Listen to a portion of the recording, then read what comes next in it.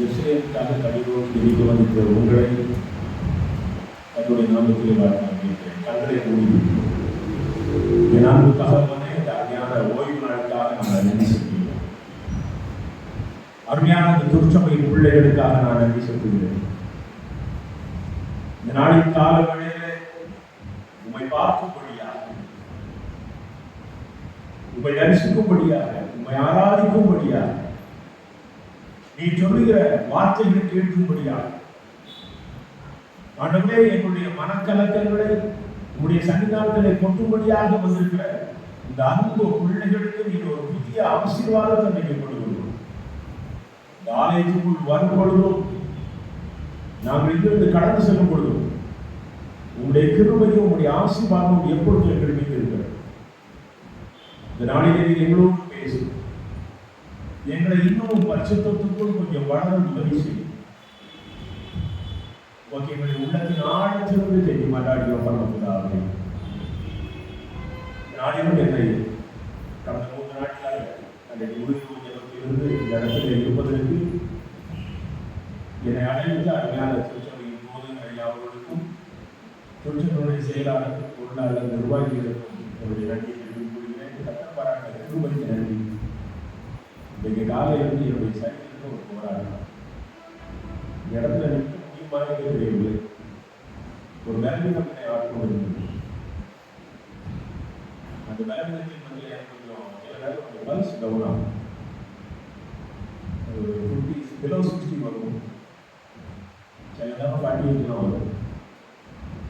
ஆனால் எனக்கு பலவீனம் இல்லைன்னு அது என்னுடைய சரீரத்துக்கு போராடுகிற விசாசம் தெரியும். நான் இந்த காலையில் அதற்காக போராடி நடிக்கொண்டே இருந்தது. இடத்துல போய் நிற்குமான்னு யோசித்தேன். ஆனாலும் கர்த்தர் கைவிட மாட்டார்.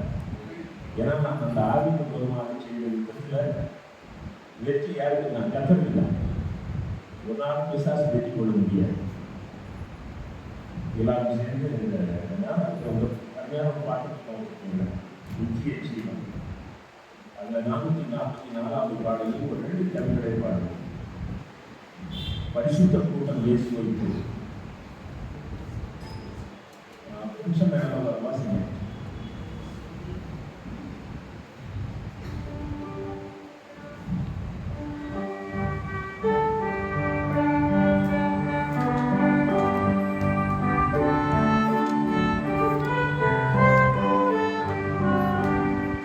பரிசுத்த கூட்டம் இயேசுவை போற்றி பாடி மகிழ்ந்தாடி அங்கே கூடிட பரமானந்த கீதம் அங்கே எழும்ப பரமானந்த கீதம் அங்கே எழும்ப நீ அங்கிருப்பா யோனி அங்கிருப்பா யோனி அங்கிருப்பா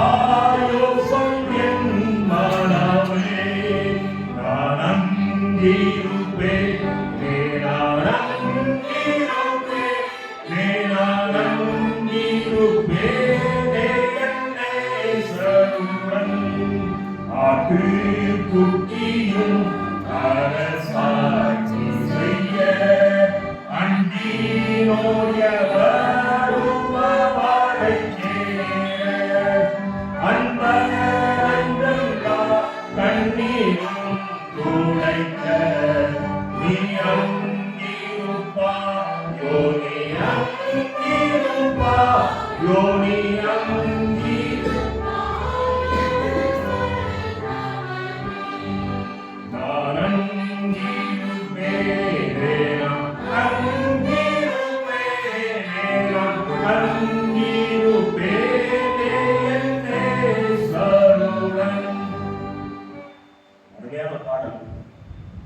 மிக பிரமையான ஒரு பாடல். யாரெல்லாம் கேட்பார்? இப்படி அநேக ஜனங்கள் அங்கு இருக்கணும் அப்படின்னு தான் இயேசு எருசலேமை பார்த்து கண்ணீர் விட்டார். அவர் கண்ணீர் விட்ட பிறகு எங்க போறாரு? எருசலேம் ஆலயத்துக்குள்ள போறாரு. ஆலயத்துக்குள்ள யார் இருக்கா? வியாபாரி இருக்கும். யாருன்னா ஏலம் போடுறவன், வியாபாரம் பண்றவன் தான், டொனேஷன் வசூல் பண்றவன், மணி எக்ஸ்சேஞ்ச். அவங்களெல்லாம் என்ன செய்தாங்க? தயவு செய்து விரட்டி அடிச்சார். விரட்டி அடிச்சுட்டு ஒரு அருமையான வார்த்தை சொன்னார். ஏசாயா தீர்க்கதரிசி புத்தகத்தில் சொல்லப்பட்ட ஒரு தீர்க்க தரிசன வார்த்தை சொன்னார். என்ன சொன்னாரு? என்னுடைய ஆலயம் அது ஜெப வீடு, அது பரிசுத்தவான்களை உருவாக்குகிற ஒரு பரிசுத்த பூமி. என்னுடைய ஆலயம் பரிசுத்தவான்களை உருவாக்குகிற இடம். அதை நீங்கள் கள்ளர் குகையாக்கினீர்கள். என் அருமையான தேவனுடைய அன்பு பிள்ளைகளே, கண்ணீர் வடித்ததின் நோக்கம் என் பரிசுத்த ஸ்தலத்தை நீ கள்ளர் குகையாக்கினதினாலே அந்த ஸ்தலம் இருக்கிற பூமியை கட்டு போய்விட்டது. இந்த திருச்சபை பாவம் செய்யுமானால் ஈரோடு மாநகரம் பாவத்துக்குள்ளே அழிந்து கொண்டிருக்கும். இயேசுவின் பெயரை சொல்கிற திருச்சபைகள் பாவத்துக்குள் இருக்குமே ஆனால் அந்த பட்டணம் பாவத்திலே செலுத்தினாலும் வார வாரம் இந்த இடத்திலே வந்து உட்கார்ந்து அருமையான தேவனுடைய வார்த்தைகளை கேட்டுக் கொண்டிருக்கிற என் அன்பு தேவனுடைய பிள்ளைகளே, இன்னமும் நாம் பாவத்தில் இருப்போமானால், இன்னமும் நாம் பாவத்திலே செத்துக் கொண்டிருப்போமே ஆனால் இந்த பட்டணம் எதற்காகும்? எனக்கு அருமையான பிள்ளைகளை, இந்த நாளில் கூட ஒரு பரிசுத்தவானிடம் இருக்க வேண்டிய காரியங்கள், பரிசுத்தவானின் அடையாளங்கள் என்ற தலைப்பில் சில காரியங்களை நாம் கற்றுக்கொள்ள போகிறோம். ஏன்னு சொன்னால் இன்றைக்கு அநேக பிரசங்கங்கள் இந்த உலகத்திலே எப்படி நாம் வாழ்வது, நம்முடைய தேவைகளை சந்திப்பது, அதுவும் குறிப்பா உன் கண்ணீரை கத்தர் போக்குவார், நீ எல்லா அக்குறிப்பு பண்ணிட்டு கண்ணீர் விடுவார். ஏன் கத்தர் உன் கண்ணீரை போகணும்? ஏன் கத்தர் உன் கண்ணீரை போகணும்? நல்லா யோசித்து பாருங்க. பணமில்லை என்று கடனுக்கிறோமே, எவ்வளவு நம்முடைய ஆசாபாசங்களுக்காக, ஆடம்பரங்களுக்காக எவ்வளவு கடன் வாங்குகிறோம். 5000 ரூபாயிலே ஒரு வட இந்திய பகுதியிலே ஒரு மிஷனரி தன்னுடைய 2 பிள்ளைகள் மனைவிக்கும் செலவு செய்து தன்னிடத்திலே வந்து கடன் கேட்கிறவனுக்கு 500 ரூபாய் கடன் கொடுக்க முடியுமையானால், ஏன் நம்முடைய வருமானத்திலே நாம் கடன் இல்லாத ஒரு வாழ்க்கை வாழ முடியாது? என் கருமையான தேவனுடைய அன்பு பிள்ளைகளே, தேவனுடைய பிள்ளைகளுக்கு ஒரு விசேஷித்த ஞானத்தை கற்றுக் கொண்டிருக்கிறார். நாம் அதை பெற்றுக்கொள்ள தவறிவிட்டு இன்றைய ஆடம்பர பிரசங்கிமார்கள் சொல்லுகிற அந்த வாக்குத்தத்த பிரசங்கங்களை கேட்டு உன் கண்ணீரை கத்தர் போக்குவார். ஒரு நாளும் போக்க மாட்டார். நீ அவருடைய பாதையிலே வருவாயானால் அவருடைய ஆசீர்வாதத்திலே உனக்கு பங்கு உண்டு.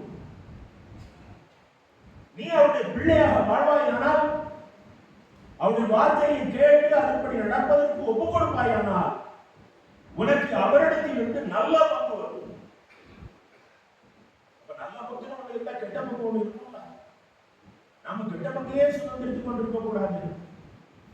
எனக்கு அருமையான அன்பு பிள்ளைகளே, பரிசுத்தத்தின் அடையாளங்கள் இல்லை. என்னிடத்தில் என்ன அடையாளம் காணப்படுகிறது? நீங்க பாருங்க, 2 ராஜாக்களின் புத்தகம் 4ஆம் அதிகாரம் 8ஆம் 9ஆம் வசனங்கள். 2 ராஜாக்கள் 4ஆம் அதிகாரம் 8ஆம் 9ஆம் வசனங்கள். பின்பு ஒரு நாள் எலிசா சூனேமுக்கு போயிருக்கும் போது அங்கே இருந்த கனம் பொருந்திய ஒரு ஸ்திரீ அவனை போஜனம் பண்ண வருந்தி கேட்டுக்கொண்டாள்.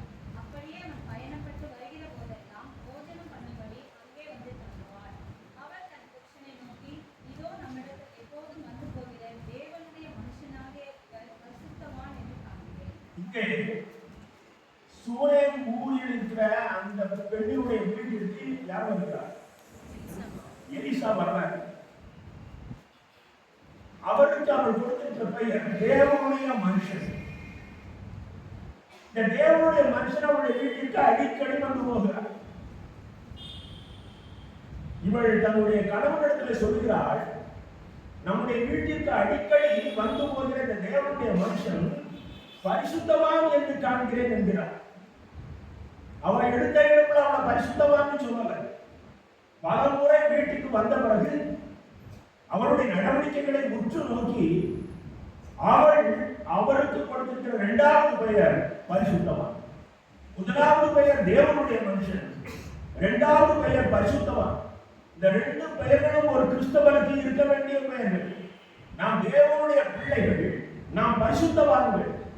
எனக்கு அருமையான தேவனுடைய அன்பு பிள்ளைகளே, இந்த உலகம் இந்த ஈரோடு பட்டணத்துக்குள் கடைகளுக்கோ மற்ற இடங்களுக்கோ செல்லும் பொழுது ஒரு கிறிஸ்தவரை பார்த்து என்றைக்கு அந்த பட்டணத்தின் மனிதர்கள் பரிசுத்தவான் என்று சொல்கிறார்களோ அன்றைக்கு தான் நான் பரலோக பயணத்தின் முதலடி எடுத்து வைத்திருக்கிறேன் என்று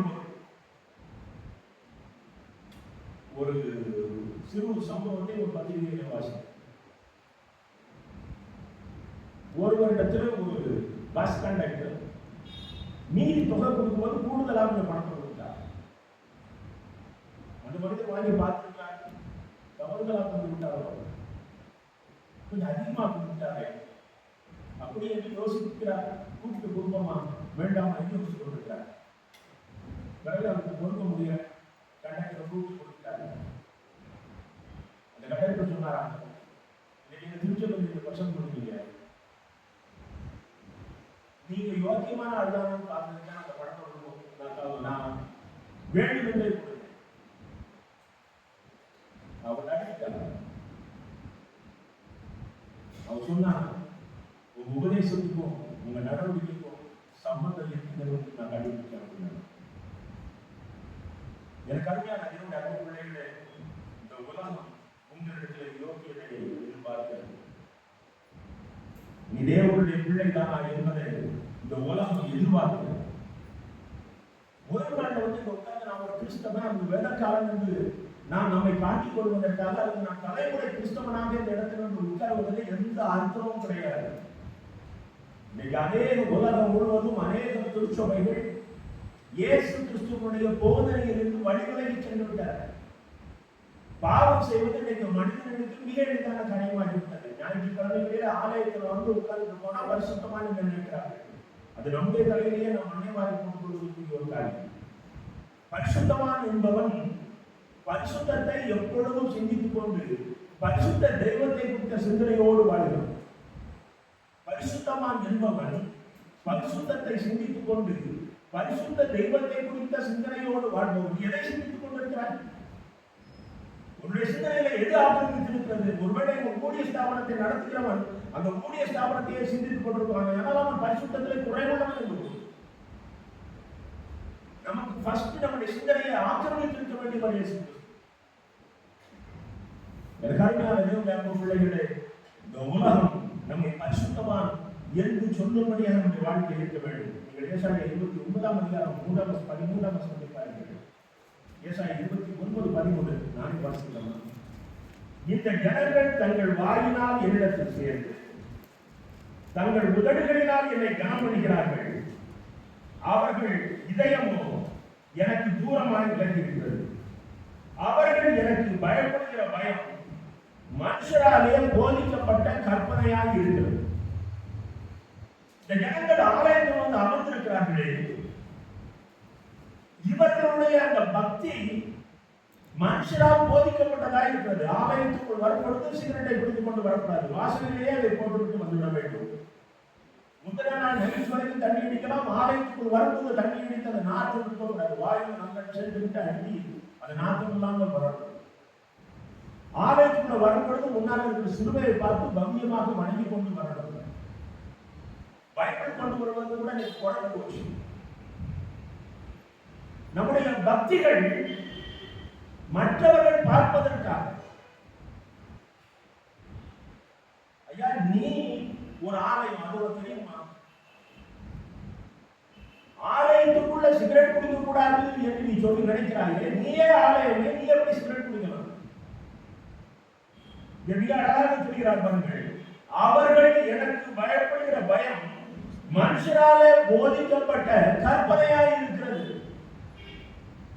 என் கருமையான தேவனுடைய அன்பு பிள்ளைகளே, இந்த அண்ட சராசரத்தையும் படைத்த பாவத்தை பார்க்க மாட்டாத பரிசுத்த தெய்வத்தின் முன்னே எப்படி பயபக்தியோடு வர வேண்டும்? இந்த தெய்வத்தை நினைக்கும் போதே பயம் வர வேண்டாமா? இயேசு கர்த்தர் தேவாதி தேவன் யார் என்று தெரியாது. ஒரு விக்கிரகத்தை செய்கிற குடும்பத்திலே பிறந்து வளர்ந்தவர் ஆபிரகாம். அவரிடத்திலே யெகோவா தேவன் பேசுகிறார், அவர் அழைக்கிறார், கீழ்ப்படுகிறார். நீண்ட போராட்டத்துக்கு பிறகு அவருக்கு வயதான நாட்களில் ஒரு குழந்தையை கொடுக்கிறார். இப்ப ஒரு டெஸ்ட் வைக்கிறார், இந்த குழந்தையை எனக்கு என்று கொடுத்து எனக்கு பலியிடு என்று சொல்கிறார். அப்படியே கீழ்ப்படுகிறார். அவர் பலியிட சென்ற இடத்திலே நடந்த காரியங்கள் உங்களுக்கு தெரியும். இப்பொழுது தேவனுடைய வாயிலிருந்து வருகிற வார்த்தை, நீ இப்பொழுது எனக்கு பயப்படுகிறவன் என்பதை நான் அறிந்திருக்கிறேன். நீ இப்பொழுது தேவனுக்கு பயப்படுகிறவன் என்பதை நான் அறிந்திருக்கிறேன். அவர் கீழ்ப்படுத்திதான் ஆண்டவர் அப்ரிஷியேட் பண்ணார்.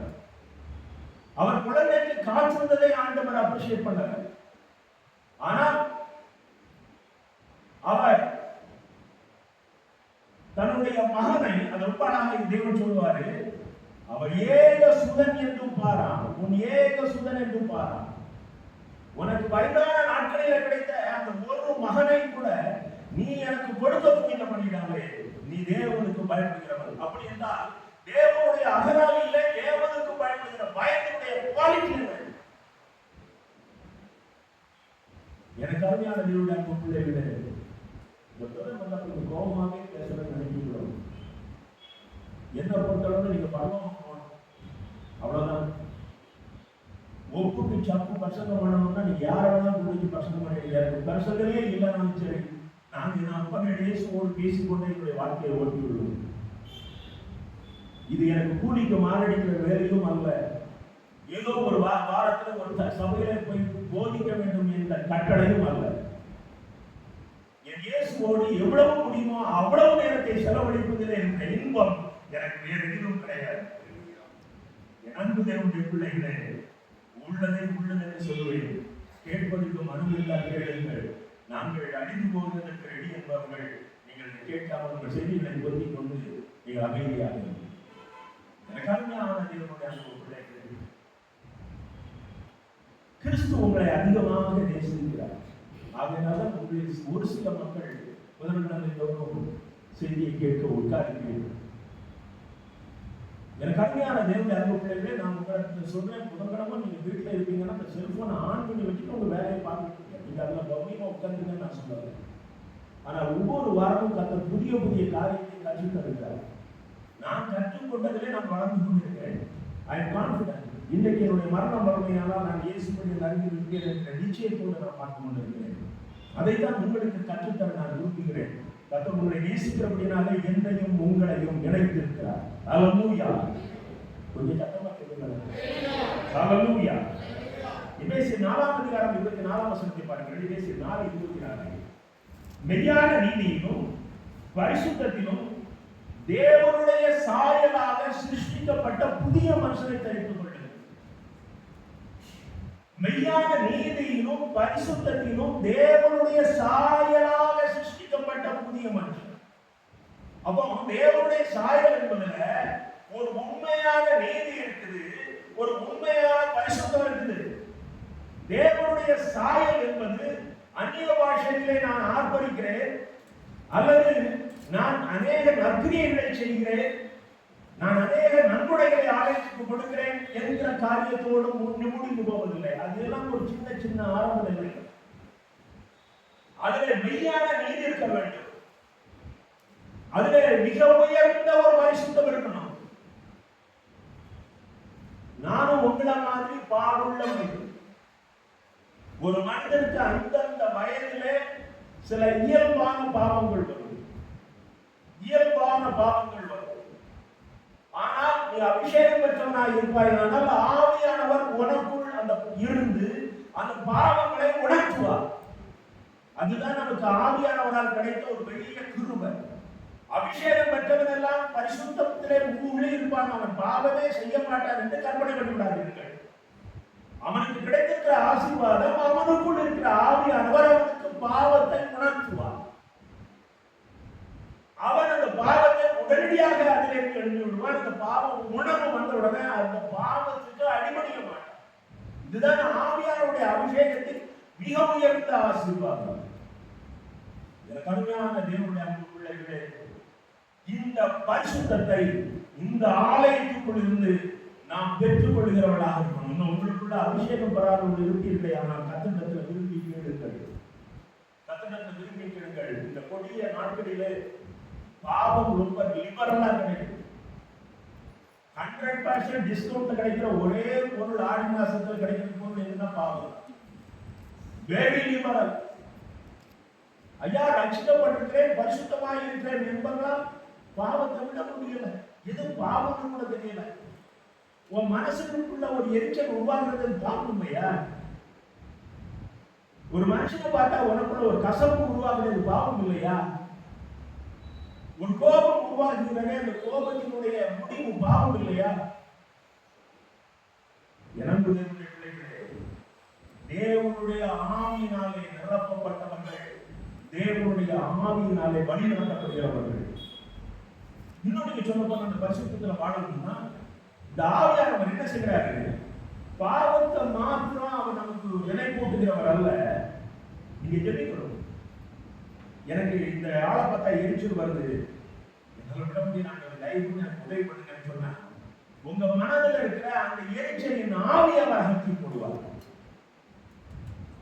பாவத்தை உணர்த்துகிறவர் மாத்திரமல்ல, பாவம் செய்யாதிருக்கிற சூழ்நிலைகளை உருவாக்கி தருகிற பரிசுத்த ஆவியானவர். இந்த உலக வாழ்க்கையில நமக்கு எங்கெல்லாம் பாவம் செய்கிற சூழ்நிலை வந்தோ, அவை எல்லாவற்றிலும் இருந்து நாம் செய்யாதிருக்கிற சூழ்நிலைகளை உருவாக்கி தருகிறவர் பரிசுத்த ஆவியானவர். எனக்கு லூக்கா 13ஆம் அதிகாரம் 26ஆம் 27ஆம் வசனத்தை பாருங்கள். லூக்கா 13:26-27. அப்பொழுது நீங்கள் உங்களுடைய சமூகத்தில் போஜனபானம் பண்ணினோமே, நீர் எங்கள் வீதிகளில் போதகம் பண்ணினீரே என்று சொல்வீர்கள்.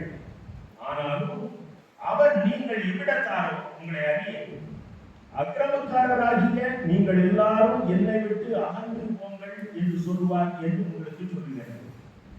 இயேசு கிறிஸ்துவினுடைய வருகைய நாட்களிலே ரெண்டு இடத்துல, ஒன்று லூக்கா இவ்விதமாக எழுதியிருக்கிறார், இன்னொரு மலை பிரசங்கத்திலே மத்தேயு அவருடைய அனுபவத்தை எழுதுகிறார். இந்த இடத்துல என்ன சொல்றாங்க பாருங்க. ஆண்டவர்கிட்ட நம்ம எல்லாம் சேர்ந்து சொல்லுவோம், நம்ம உங்களோட என்ன செய்யணும், போஜனம் பண்ணிடுவோம். நீங்க எங்க வீட்டுக்கு அடிக்கடி வந்தீங்க, தெருவில் தான் வந்தீங்களா அப்படின்னு சொல்லுங்க. நாங்க வெரி க்ளோஸ். ஈரோடு சர்ச்சில் ஒவ்வொரு சண்டே சர்வீஸ் பண்ணுவோம். ஞானப்பாட்டா பீச்சு உதவிக்கும். முதல்ல ஒரு கொயர் சாங், பிறகு சூப்பர் சாங், பிறகு எல்லாம் பைபிள் வாசிக்கும் போது பவ்யமாக எழுதிக்கும். கரெக்டா காமிக்க போதும். ஆண்டவர் எழுதி சொல்வாரு, என்ன சொல்வாரு? கடினமான ஆண்டு இல்லையா? பிரின்ஸை விட மோசம். என்ன வார்த்தை சொல்றாரு?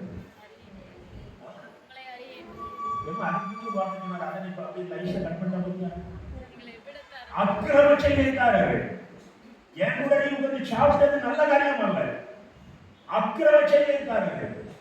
எனக்கு கடுமையான தேவ தர்ம பிள்ளைகளே, அதுக்கு அடுத்த மத்தேயு வாசிப்போம். மத்தேயு 7ஆம் அதிகாரம் 21 முதல் 23 முடிய, என் பிதாவின் சித்தத்தின்படி செய்கிறவனே பரலோக ராஜ்யத்தில் பிரவேசிப்பானே அல்லாமல் என்னை நோக்கி கர்த்தாவே கர்த்தாவே என்று சொல்கிறவன் அதில் பிரவேசிப்பதில்லை. அந்நாளில் அநேகர் என்னை நோக்கி கர்த்தாவே கர்த்தாவே, உமது நாமத்தினாலே பிசாசுகளை துரத்தினோம், உமது நாமத்தினாலே அற்புதங்களை செய்தோம், உமது நாமத்தினாலே தீர்க்க தரிசனம் சொன்னோம். அப்பொழுது நான் ஒரு காலம் உங்களை அறியவில்லை. அவங்களுக்கு என்ன பேர் சொல்றாங்க? இப்போ நிறைய அட்வர்டைஸ் பண்றாங்கல்ல, வல்லமையுள்ள ஊழியக்காரர் வருகிறார், பிசாசுகளை துரத்துவார். அவங்க என்ன பேருமா? பைபிள் சொல்றேன், நான் சொல்றேன். எனக்கு கருமையான தேவனுடைய அன்பு பிள்ளைகளே, அவர் சொல்றது ஒரு சின்ன காரியம் தான். அவருடைய பிதாவின் சித்தத்தின்படி செய்யலன்னா நீ என்ன செஞ்சாலும் அது அக்கிரமம், அது அநியாயம். அவருடைய சித்தப்படி செய்வது ஒன்றுதான் நீ பரிசுத்தவான், நீ தேவனுடைய மனுஷன் என்ற அந்தஸ்தை உனக்கு கொண்டு வருகிறது. தாவீது கூட இருக்கிறோம். எத்தனை பேரை மன்னித்து, எத்தனை பேருக்காலும் மன்னித்து கஷ்டப்படுகிறது. இன்னைக்கு இருக்குமே, ஆனால் இந்த தாவீது விட்டு வெளியே போகும் என்பதாக அவருடைய கரங்களை கொடுத்து மன்னிப்பு கொடுக்கிறது. நான் இந்த நாட்டில் அநேக இடத்திலே மன்னிப்பு கேட்டு, நான் மன்னிப்பு கேட்க கூச்சப்படவே மாட்டேன். ஏன்னா நான் பகவத்துக்கு போராடு, நான் கர்மத்தோட வாழ்க்கை கூட்டிட்டு போறவில்லை. நான் பிசாசு ஆயத்தம் பண்ணப்பட்டு அவனுக்காகவும் அவனுடைய தூதர்களுக்காகவும் ஆயத்தம் பண்ணப்பட்டிருக்கிற நரகத்துக்கு செல்வதற்காக அவருடைய பிள்ளைகளுக்காக 2000 ஆண்டுகளாக ஆயுதம் பண்ணப்படுகிற பரலோகத்திலே வாழ்வதற்காக நான் ஆசைப்படுகிறேன். எனக்கு அருமையான தேவனுடைய அன்பு பிள்ளைகளே, வார்த்தைகளை கேட்டுவிட்டு அதை உதாசீனப்படுத்திவிட்டு வெளியே செல்ல அடுத்த வாரம் நமக்குரியதாக எனக்கு அருமையான தேவனுடைய அன்பு பிள்ளைகளே, ஒரு பரிசுத்தவானுடைய சில குணாதிசயங்களை, அதே குணாதிசயங்கள் சில குணாதிசயங்களை நாம் கற்றுக்கொள்வோம். வெளிப்படுத்தல் 14ஆம் அதிகாரம் 1ஆம் வசனம் முதல் 15ஆம் வசனம் வரைக்கும் பரலோக ராஜ்யத்திலே தேவனோடு இருக்கிற அந்த 1,44,000 மிக பரிசுத்தவான்களை குறித்து சொல்லப்பட்டிருக்கிறது. 14ஆம் அதிகாரம் 5ஆம் வசனத்தை பாருங்கள். யாராவது வாசிங்க. இவர்களுடைய வாயிலே கபடம் காணப்படவில்லை. இவர்கள் தேவனுடைய சிங்காசனத்திற்கு முன்பாக மாசில்லாதவர்களாய் இருக்கிறார்கள். அவர்களுடைய வாயிலே என்ன காணப்படல? ஒரு பரிசுத்தவானுடைய வாயிலே, அவருடைய நடவடிக்கையிலே என்ன இருக்கக்கூடாது? கபடம் இருக்கக்கூடாது. கபடம் என்பது இங்கிலீஷ்ல ஆங்கில வேதாந்தத்துல அதை போய் என்று போட்டிருக்கிறாங்க. இன்னும் சில டிரான்ஸ்லேஷன்ல அதற்கு வஞ்சகம் என்று அதுக்கு பேர் கொடுத்திருக்கிறாங்க. அது ஒரு மாய்மானம், அது ஒரு ஏமாற்றுதல். கபடம் அப்படின்னா என்ன இருக்கும் அப்படின்னா, நீங்க பரிசேயர்கள் வேதாந்தத்துல பரிசேயர் ஒரு கேரக்டர் இருக்காங்களா, அவர்களிடத்துல இந்த காரியத்தை நீங்கள் கற்றுக்கொள்ளலாம். எனக்கு அருமையான தேவனுடைய அன்பு பிள்ளைகளே, ஒரு பரிசுத்தவான் இடத்துல கபடி இருக்க. பரிசுத்தவான் ஓப்பன் ஹார்ட்டா ஒரு கூட்டத்தால நமக்கு வருத்தம் தான் என்ன செய்யணும்? நேரம் பயிர் பிரதர் என்ன சொல்லணும்?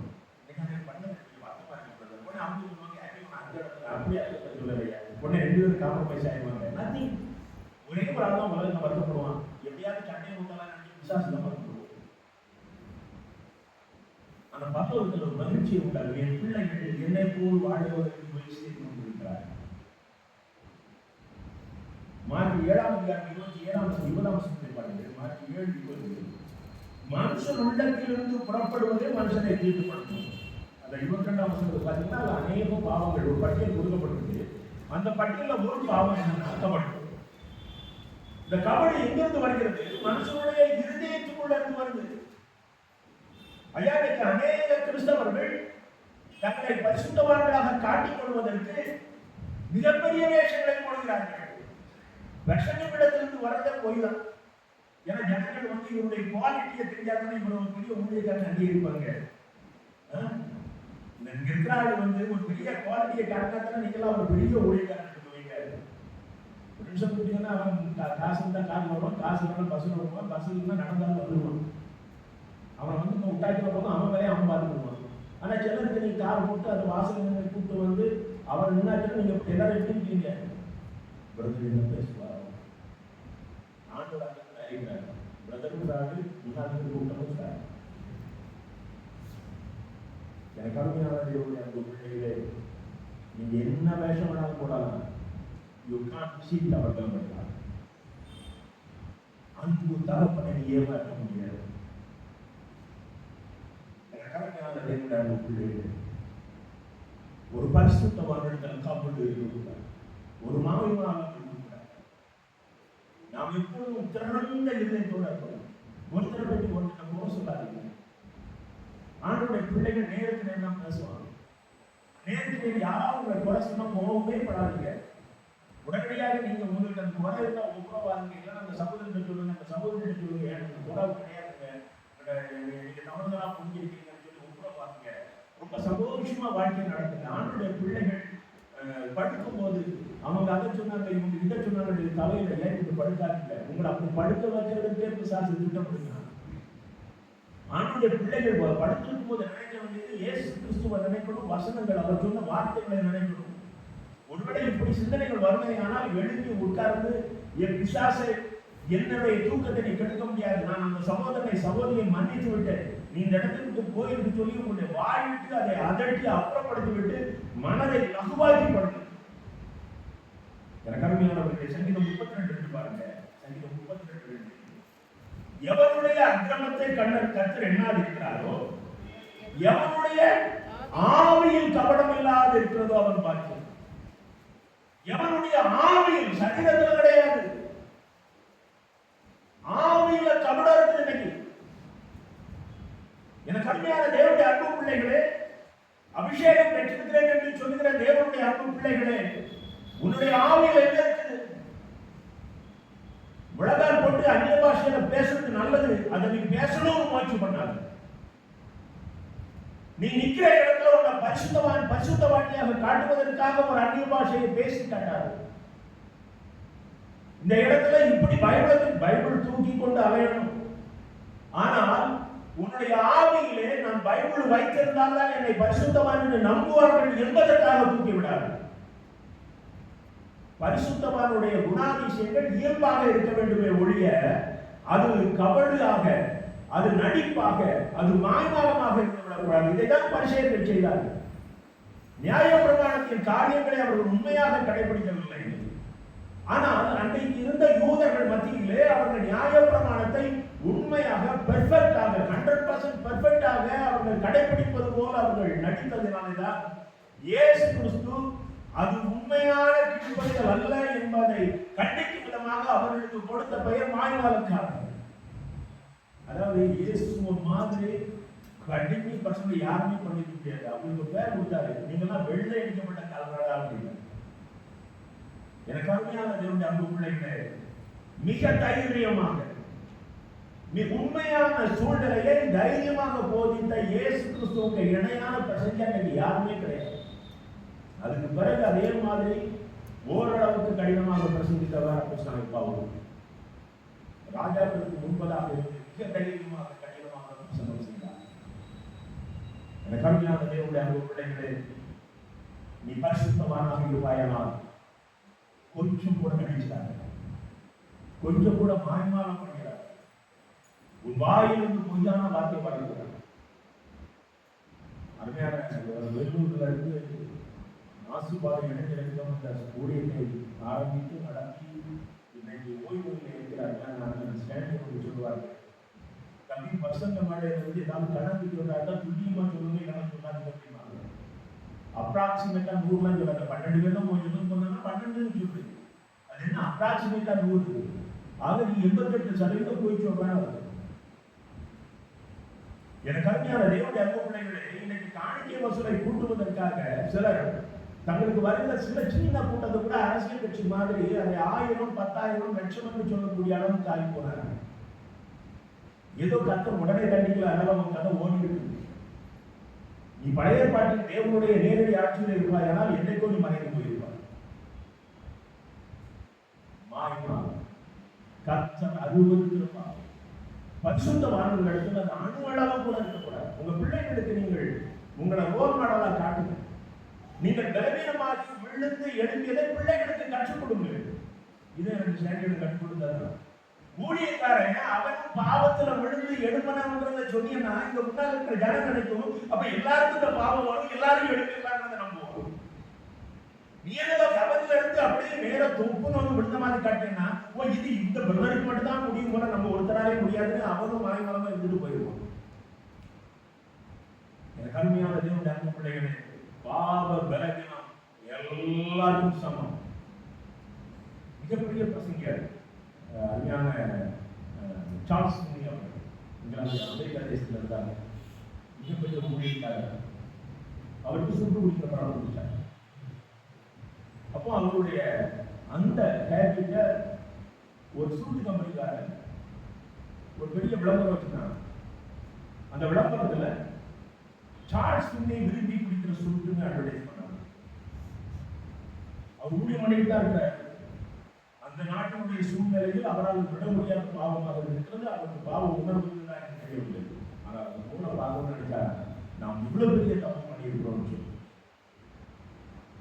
அதை அவர் வெளியேறமாக சொன்னார். அதுதான் அவருடைய பரிசுத்தினுடைய உச்சம்.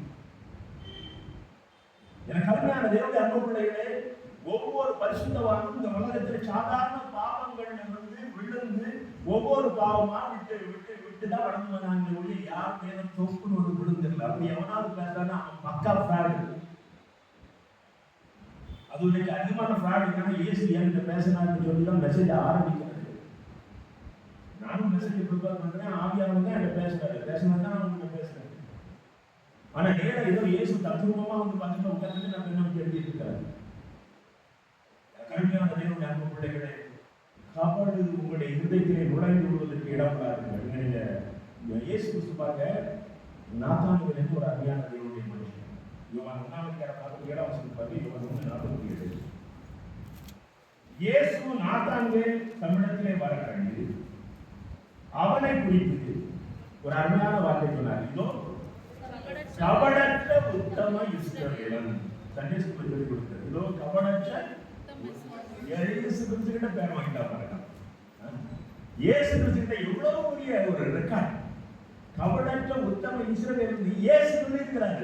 எவ்வளவு பரிசுத்தமான இருக்க முடியும். இன்னைக்கு நம்ம பார்த்து இயேசு சொல்றோம், என்ன அருமையான கபடற்ற அன்பு மகள் அன்பு மகன் சொல்றோம். நீங்க முதல் திருச்சபை அப்போஸ்தலர்கள் 2:46 பாருங்க. முதல் திருச்சபை, அந்த திருச்சபையில் ரட்சிக்கப்பட்ட 3000 ஜனங்கள் கூடி இருக்கிறாங்க. அந்த திருச்சபை குறித்து சொல்கிற வார்த்தை பாருங்கள். அவர்கள் ஒருமனப்பட்டவர்களாய் தேவாலயத்திலே அனுதினமும் தரித்திருந்து வீடுகள் தோறும் அப்பம் பெற்று மகிழ்ச்சியோடு கபடமில்லாத இருதயத்தோடு போஜனம் பண்ணினார்கள். திருச்சபைக்குள்ள என்ன இருந்துச்சு? கபடமில்லாத இருதயம். நம்ம திருச்சபைக்குள்ள இருக்கணும். நம்முடைய திருச்சபைக்குள்ள இருக்கணும். எனக்கு கம்மியான தேவனுடைய அன்பு பிள்ளைகளே, முதல் பையன் தான் முடிச்சிருக்கேன். ஐயா இவ்வளவு நேரம் வேணாலும் இருக்கிறேன்.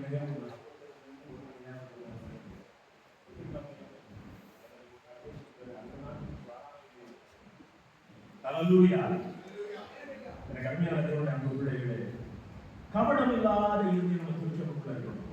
தயவு செய்து நடிக்காதீங்கம்மா, தம்பி தங்கச்சி வேண்டாம், தயவு செய்து நடிக்காதீங்க. ஃப்ரீ ஹார்ட்டா இருங்க. நம்முடைய செக்ரட்டரி செல்வன் தப்பு பண்ணாருன்னா, செல்வன் நீங்க தப்பு பண்ணீங்கன்னு சொல்லுங்க. ட்ரெஷரர் அவர் என்ன செய்யுங்க, அவரு சாலமோன் ஏதாவது தப்பு பண்ணாங்கன்னா இது கொஞ்சம் அப்படி பார்த்து பேசுங்கன்னு சொல்லுங்க. நேருக்கு நேர் சொல்லுங்க. பிறகு அது இன்னொரு ஆட்டை போய் சொல்லிடாதீங்க. இன்னொரு ஆட்டை நீங்க சொன்னீங்கன்னா அது கபடு. நேருக்கு நேர் சொல்வது கபடே கிடையாது. அது வேறொருடம் சொல்வீர்களானால் அது கபடு. யாரை குறித்து யாரையும் கிரிட்டிசைஸ் பண்ணுவீர்களே ஆனால் நீங்கள் எழுப்புவது கடினம். நீங்கள் எழுப்புவது கடினம். ஆனால் இதுல பயிற்சி பெறுவது கடினம். இதை நீங்க ட்ரெயின் பண்ணணும். நான் அந்த மாதிரி செய்ய மாட்டேன், நான் இதே தான் பேசுவேன். நீங்கள் அப்படி கொஞ்ச நாள், ஒரு 1 month இந்த பழகி பாருங்க, உங்க ஹார்ட் ஃப்ரீ ஆயிடும், உங்க இருதயம் ஃப்ரீ ஆயிடும். நீங்க ரொம்ப ஹாப்பியா இருப்பீங்க. ஏன்னா உங்களுக்குள்ள மனுஷனுக்கு இந்த குழப்பத்தை கொண்டு வந்தது மற்றவர்கள் நம்ம என்ன நினைக்கிறார்களோ அப்படிங்கிறது. நம்மள என்ன நினைக்கிறாங்க, நம்ம பெரிய ஆட்களா, என்ன வேண்டாம் நினைச்சிட்டு போடுவோம். நாளைக்கு முதல் நாள் அந்த ஆன்லைன் பிரேயர்ல கிறிஸ்துவுக்கு நான் பயிற்சியம் பண்ணிக்கணும். அப்போஸ்தலர் பவுல் திருச்சபைக்கு எழுந்து போது அவர் ரொம்ப அழகா வலியுறுத்துறாரு. ஆண்டவருடைய பிள்ளைகளுக்கு நம்ம எப்படிதான் தெரியும், ஆண்டவருடைய பிள்ளைகளுக்கு உலகத்துக்கு எப்படி தெரியும்? ஆமா, சிலுவையை பற்றி பிரசங்கம் பண்ணா பைத்தியம் தான், பரிசுத்தத்தை பற்றி பிரசங்கம் பண்ணா பைத்தியம் தான், பணத்தை பற்றி பிரசங்கம் பண்ணா காரியக்காரர். எனக்கு அருமையான தேவனுடைய அன்பு பிள்ளைகளே, கபடு இல்லாதவர்கள் பரிசுத்தத்தின் அடையாளத்தின் ஒன்றை அனுபவிக்கிறார்கள் என்று கூறுகிறது. கொலோசியர் 3:28 பாருங்கள். கொலோசியர் 3:22. வேலைக்காரர்கள் சரீரத்தின்படி உங்கள் எஜமான்களாய் இருக்கிறவர்களுக்கு எல்லா காரியத்திலையும் கீழ்ப்படிந்து நீங்கள் மனுஷருக்கு பிரியமாய் இருக்க விரும்புகிறவர்களாக பார்வைக்கு ஊழியம் செய்யாமல் தேவனுக்கு பயப்படுகிறவர்களாகவும் கபடமில்லாத இதயத்தோடு ஊழியம் செய்யுங்கள். சர்ச்சில் ஊழியம் செய்யுங்க. நிறைய சண்டே ஸ்கூல்ல டீச்சர்ஸா இருக்கீங்க, ஃபைன் மாஸ்டரா இருக்கீங்க, பாடகர் கோர்ஸில் இருக்கிறீங்க, மென்ஸ் ஃபெலோஷிப் நடத்துறீங்க. நிறைய மென்ஸ் ஃபெலோஷிப் நான் பங்கு பெற்றேன். மென்ஸ் ஃபெலோஷிப் எத்தனை பேர் இருக்கீங்கன்னு தெரியாது, ஆனா இங்கே 6 பேர் வந்துருக்கீங்க. ரொம்ப வேதனைக்குரிய ஒரு காரியம். நான் வந்ததுனால சொல்லலை, நீ மென்ஸ் ஃபெலோஷிப் இந்த சர்ச்சில் மென்ஸ் ஃபெலோஷிப் மெம்பரா இருந்தாலும் தயவு செய்து வா. கடையில் வந்தாமல் யாரையும் பார்க்க சொல்லிட்டு வா. அது உனக்கு ஆசீர்வாதம். எனக்கு அருமையான தேவனுடைய அன்பு பிள்ளைகளே, இந்த பரிசுத்த ஸ்தலத்தை நீங்க அசட்டை பண்ணுவாய், ஆனால் அந்த பரிசுத்த ஸ்தலத்தை நீ கற்பனை பண்ண முடியாது. அந்த பரிசுத்த ஸ்தலத்தை நீ கற்பனை பண்ண முடியாது. தேவனுக்கு பிரியமாய் இருக்க விரும்புகிறவர்களாக பார்வைக்கு ஊழியம் செய்யாமல் கபடற்றமானது ஒன்று, ஃபுல் ஹார்ட் உண்மையாய் கர்த்தருக்கு ஊழியம் செய்யும். எந்த யாரும் பண்ணாலும் பரவாயில்ல. நான் அடுத்த ஒரு 2 நிமிஷம் பார்ப்போம். ஊழியக்காரன் தேவனுடைய பிள்ளைகளுக்கு அடுத்து மிக தேவையான ஒரு காரியம் செல்ஃப் கண்ட்ரோல், சுய கட்டுப்பாடு. ரோமர் 8:13 பாருங்கள். ரோமர் 8:13. மாம்சத்தின்படி பிழைத்தால் சாவீர்கள், ஆவியினாலே சரீரத்தின் செய்கைகளை அழித்தால் பிழைப்பீர்கள். இந்த பரிசுத்த ஆவியானவரால் உன் சரீரம் எப்படி வேணாலும் செயல்படும், எனக்கு கோபப்பட்டது இயல்பு. எனக்கு கோபப்பட்டா அவரோட குறைச்ச கெட்ட வார்த்தை வருமே, அதுவும் இயல்பு. எனக்கு வீட்டுக்கு போனா போர் அடிச்சா கொஞ்சம் சினிமா சீரியல் பார்ப்பேன், அது இயல்பு. ரொம்ப அழகா சொல்றாரு, ஒரே வார்த்தை சொல்லிட்டாரு. ஆவியினாலே சரீரத்தின் செயலை நினைச்சிடணும், அழிக்கணும். அதுக்குதான் பரிசுத்தாவியானவர். அபிஷேகம் பெற்றிருக்கிறேன் என்று சொல்கிறவர்களே அபிஷேகம் பெறவில்லை என்ற நம்பிக்கையோடு இருக்கிற தேவனுடைய பிள்ளைகள். நம்முடைய சரீரத்திலே இயல்பாக வயதுக்கு தகுந்து எழுப்புகிற பாவங்களை ஆவியானுடைய உதவியோடு கண்ட்ரோல் பண்ணணும். அது கண்ட்ரோல் வேலை கொடுக்கல, படம் நினைக்கணும், டெஸ்ட்ராய்டு, அதை அழிச்சு. சுய கட்டுப்பாடு கிறிஸ்தவர்களுக்கு தேவை. ரோட்ல போறவன் சொல்லலாம், டாஸ்மாக் பேரை பார்த்தாச்சுன்னா என்ன உள்ள காந்தத்தை இழுத்த மாதிரி இழுக்குதுன்னு சொல்லி நீ சொல்லலாம்.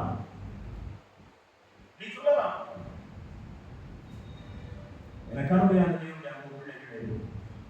பரிசுத்தவானுடைய மற்றொரு மிக முக்கியமான ஒரு அடையாளம் சுய கட்டுப்பாடு. 1 Corinthians 9:27 பாருங்கள். தன்னை குறித்து சொல்கிறார். 1 Corinthians 9:27 மற்றவர்களுக்கு பிரசங்கம் பண்ணுகிற நான் தானே ஆகாதவனாய் போகாதபடிக்கு என் சரீரத்தை ஒடுக்கி கீழ்படுத்துகிறேன். ஹல்லேலூயா. ஆமா, ரட்சிக்கப்படாதவங்க உங்களை பெரிய பெரிய மெசேஜுக்கு கூப்பிட்டா வரமாட்டேன்னு ஒரு சொல்லுங்க. ரட்சிக்கப்பட்டு நான் அடுத்த வருஷம் வாரேன்னு சொல்லுங்க. எனக்கு அருமையான தேவனுடைய அன்பு பிள்ளைகளே, நான் பிரசங்கம் பண்ணுகிற நான் தானே ஆகாதவனாய் போகாதபடிக்கு என் சரீரத்தை ஒடுக்கி கீழ்படுத்துகிறேன். எனக்கு அருமையான தேவனுடைய அன்பு பிள்ளைகளே, சுய கட்டுப்பாடு நமக்கு மிக முக்கியம். திருவிருந்தில் பங்கு பெறணும். அந்த திருவருளை குறித்து அப்போஸ்தலர் பவுல் சொல்லும் பொழுது அதுக்கு நாம் பாவம் செய்வோமே ஆனால் அதுவும் யாரோட நம்முடைய திருச்சபைக்குள்ள இருக்கிற விசுவாசிகளோடு நாம் உத்தரவாக இருந்தால் அதனால் மற்றவர்களும் முன்பே எச்சரிக்கிறார். அதுக்கு பிறகும் நமக்கு பயன்படுகிறது. அது நமக்கு தெரியாது.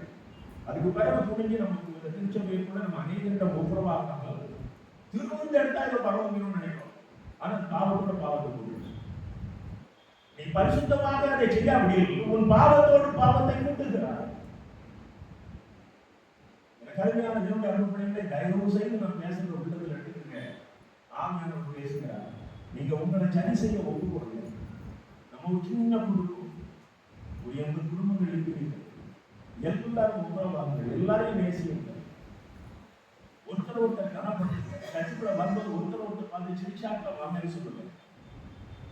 நீங்க எந்த அளவுக்கு எல்லாத்தையும் நேசிக்கிறீங்களோ, நீங்க எல்லாம் குடும்பமான பருவம், எல்லாரும் சேர்ந்தான பருவம் போடுறோம்.